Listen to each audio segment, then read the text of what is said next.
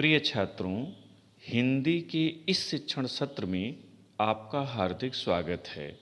आज हम गद्य खंड के अंतर्गत मंत्र पाठ के प्रथम भाग का अध्ययन करेंगे।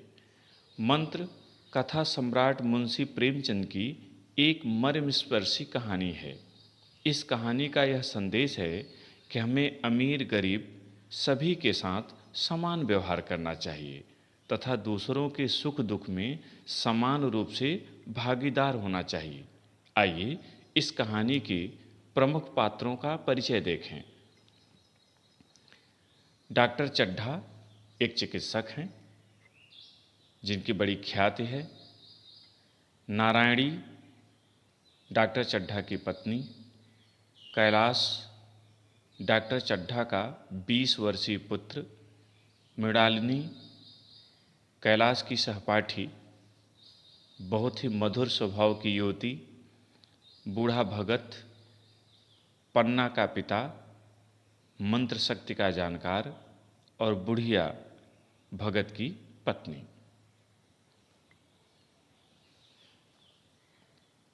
कहानी को संक्षेप में समझें। इस कहानी में एक बूढ़ा भगत है जिसका पुत्र पन्ना अत्यधिक बीमार है। वह पुत्र को डोली में रखकर कहारों की सहायता से डॉक्टर चड्ढा के पास पहुंचता है। डॉक्टर चड्ढा की बड़ी प्रतिष्ठा थी। उनके पास जाने वाला मरीज अवश्य ही ठीक हो जाता था, ऐसा चारों तरफ कहा जाता था। किंतु डॉक्टर चड्ढा नियम संयम के बड़े पक्के थे। यह उनके खेलने का समय था, अतः बूढ़े भगत की बात को अनसुना कर उन्होंने उसे लौटा दिया। उसी रात बूढ़े भगत का पुत्र पन्ना स्वर्ग सिधार गया। डॉक्टर चड्ढा का एक पुत्र था कैलाश। उसकी आज 20वीं सालगिरह पर वहाँ के सभी जाने माने लोग इकट्ठा थे। उसकी सहपाठी मृणालिनी उससे सांप दिखाने का आग्रह करने लगी। कैलाश को सांप पालने का शौक था। उसने पहले तो मना किया, किंतु बाद में मृणालिनी को सांपों को दिखाना शुरू किया। अचानक एक सांप ने उसे डस लिया। बहुतों ने आकर झाड़ फूंक की, किंतु कोई असर न हुआ। अंत में बूढ़े भगत को समाचार मिला। यद्यपि डॉक्टर चड्ढा के पिछले व्यवहार से दुखी होकर उसने जाने से मना कर दिया, किंतु अंत में उससे रहा न गया। उसने जाकर डॉक्टर चड्ढा के लड़के को मंत्र शक्ति से जीवन दान दे दिया। कहानी के अंत में सभी की संवेदनाएं बूढ़े भगत के प्रति जीवंत हो उठती हैं। यहीं पर कहानी समाप्त हो जाती है। अब आइए पाठ की व्याख्या देखें। संध्या का समय था। डॉक्टर चड्ढा गोल्फ खेलने के लिए तैयार हो रहे थे। मोटर कार सामने खड़ी थी कि दो कहार डोली लिए आते दिखाई दिए। डोली के पीछे बूढ़ा लाठी टेकता चला रहा था। डोली औषधालय के सामने आकर रुक गई। बूढ़े ने धीरे धीरे आकर द्वार पर पड़ी हुई चिक से झांका। ऐसी साफ सुथरी जमीन पर पैर रखते हुए भय हो रहा था कि कोई घुड़क न बैठे। डॉक्टर साहब को मेज के सामने खड़े देखकर भी कुछ कहने का साहस न हुआ। कठिन शब्द देख लें। संध्या माने शाम। गोल्फ विशेष प्रकार की स्टिक यानी छड़ी और गेंद की सहायता से खेले जाने वाला हॉकी से भिन्न प्रकार का एक खेल। औषधालय, दवाखाना, चिक, पर्दा, घुड़कना, डांटना। व्याख्या समझें। शाम का समय था। डॉक्टर चड्ढा गोल्फ नामक खेल खेलने के लिए तैयार हो रहे थे। उनकी कार सामने खड़ी थी कि दो कहार एक डोली को लेकर आते हुए दिखाई दिए। डोली के पीछे एक बूढ़ा व्यक्ति लाठी के सहारे चला रहा था। डोली दवाखाना के सामने आकर रुक गई। बूढ़े ने धीरे से पर्दे को हटाकर भीतर झांका। ऐसी साफ सुथरी जमीन पर पैर रखते हुए उसे भय हो रहा था कि कोई डांट न दे। डॉक्टर साहब को मेज के सामने देख करके भी उसे कुछ कहने का साहस न हुआ। डॉक्टर साहब ने चिक के अंदर से गरज कर जोर से, कौन है, क्या चाहता है? बूढ़े ने हाथ जोड़कर कहा, हुजूर, बड़ा गरीब आदमी हूँ, मेरा लड़का कई दिन से। उसकी बात भी पूरी न हो पाई कि डॉक्टर साहब ने सिगार जलाकर कहा, कल सवेरे आओ, कल सवेरे, हम इस वक्त मरीजों को नहीं देखते। सिगार एक विशेष प्रकार का मोटा व बड़ा सिगरेट, इसे चुरुट भी कहते हैं। बूढ़े ने घुटने टेक कर जमीन पर सिर रख दिया और बोला, दुहाई है सरकार की, लड़का मर जाएगा। हुजूर, 4 दिन से आंखें नहीं। वह इसके आगे कुछ कह नहीं सका। दुहाई संकट में रक्षा के लिए की गई पुकार। डॉक्टर चड्ढा ने कलाई पर नजर डाली। केवल 10 मिनट और बाकी था।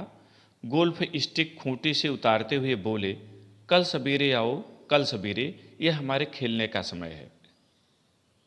बूढ़े ने पगड़ी उतारकर चौखट पर रख दी और रोकर बोला, हुजूर, एक निगाह देख ले। निगाह माने दृष्टि, बस एक निगाह। लड़का हाथ से चला जाएगा हुजूर। 7 लड़कों में यही एक बच रहा है हुजूर। हम दोनों आदमी रो रो कर मर जाएंगे सरकार। आपके बढ़ते हुए दीन बंधु, दीनों के भाई। ऐसे उजड्ड देहाती यहाँ प्रायः रोज आया करते थे। उजड्ड असभ्य देहाती, गांव में रहने वाले लोग।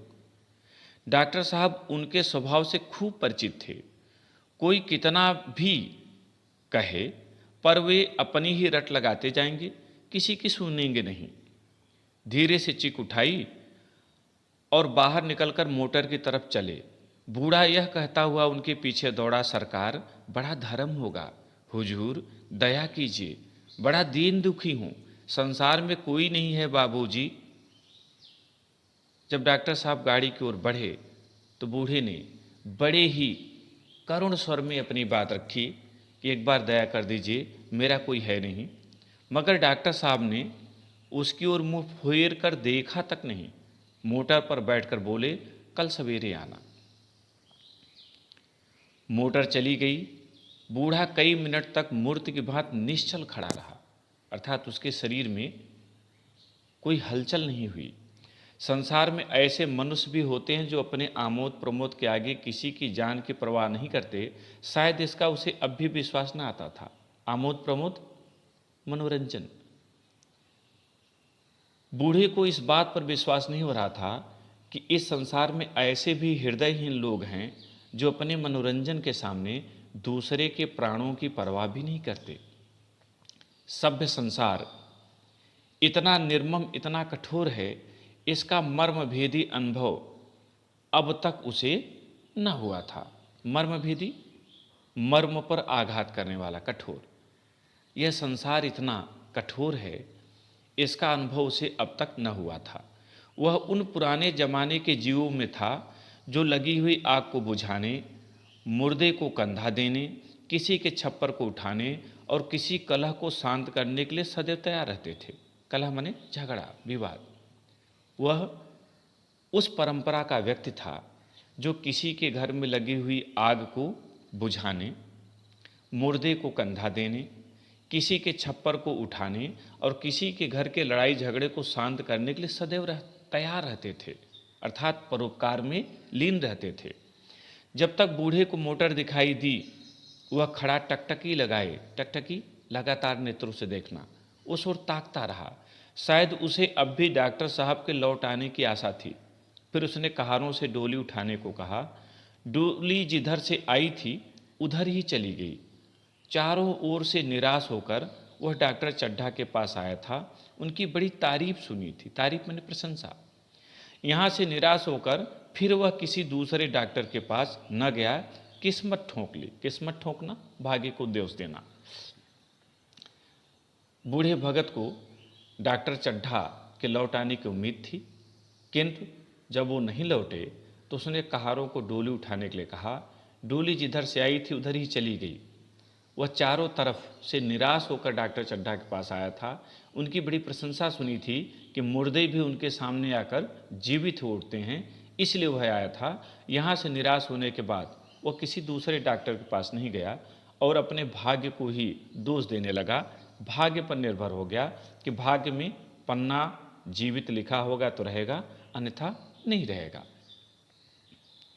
उसी रात उसका हंसता खेलता 7 साल का बालक अपनी बाल लीला समाप्त करके संसार से सिधार गया, मर गया।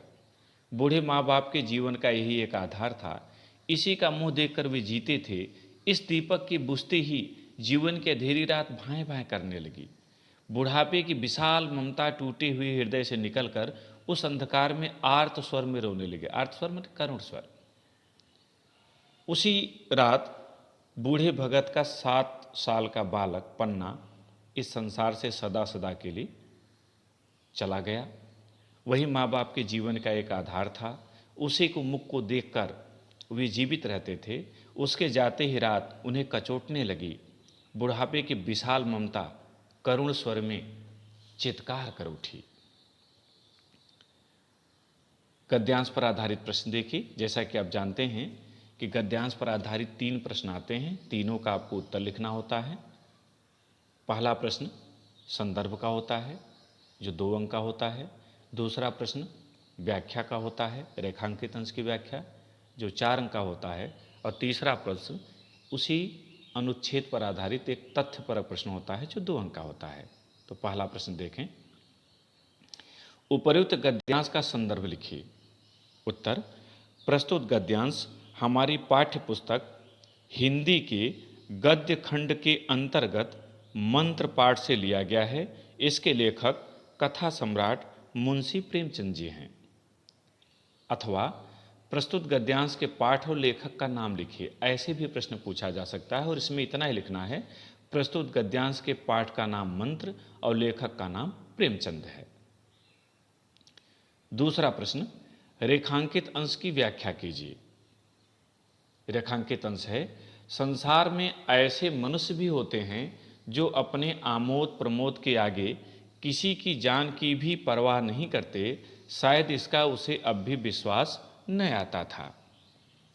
उत्तर, डॉक्टर चड्ढा के मोटर में बैठकर चले जाने पर बूढ़ा भगत सोचने लगा कि क्या इस संसार में ऐसे भी हृदयहीन व्यक्ति हैं जो अपने आनंद के लिए दूसरों के जीवन की भी चिंता नहीं करते। अपनी सरलता के कारण उसे डॉक्टर चड्ढा के इस व्यवहार पर विश्वास नहीं हो रहा था। तीसरा प्रश्न, भगत के अनुसार संसार कैसा है। उत्तर, भगत के अनुसार सभ्य संसार बहुत निर्मम एवं कठोर है।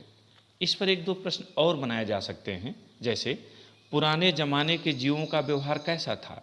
उत्तर, पुराने जमाने के जीवों का व्यवहार निश्चल एवं सरल था। लगी हुई आग को बुझाने, मुर्दे को कंधा देने, किसी के छप्पर को उठाने तथा किसी कलह को शांत करने के लिए वे सदैव तैयार रहते थे। एक प्रश्न और, भगत को किस बात पर विश्वास नहीं हो रहा था। उत्तर, भगत को इस बात पर विश्वास नहीं हो रहा था कि संसार में ऐसे भी मनुष्य रहते हैं जो अपने आमोद प्रमोद के आगे किसी की जान की परवाह भी नहीं करते। प्रिय छात्रों, मुझे उम्मीद है कि आपको पहला भाग समझ में आ गया होगा। इसके कठिन शब्दों को और प्रश्नोत्तर को अपनी उत्तर पुस्तिका में नोट करें। बहुत बहुत धन्यवाद।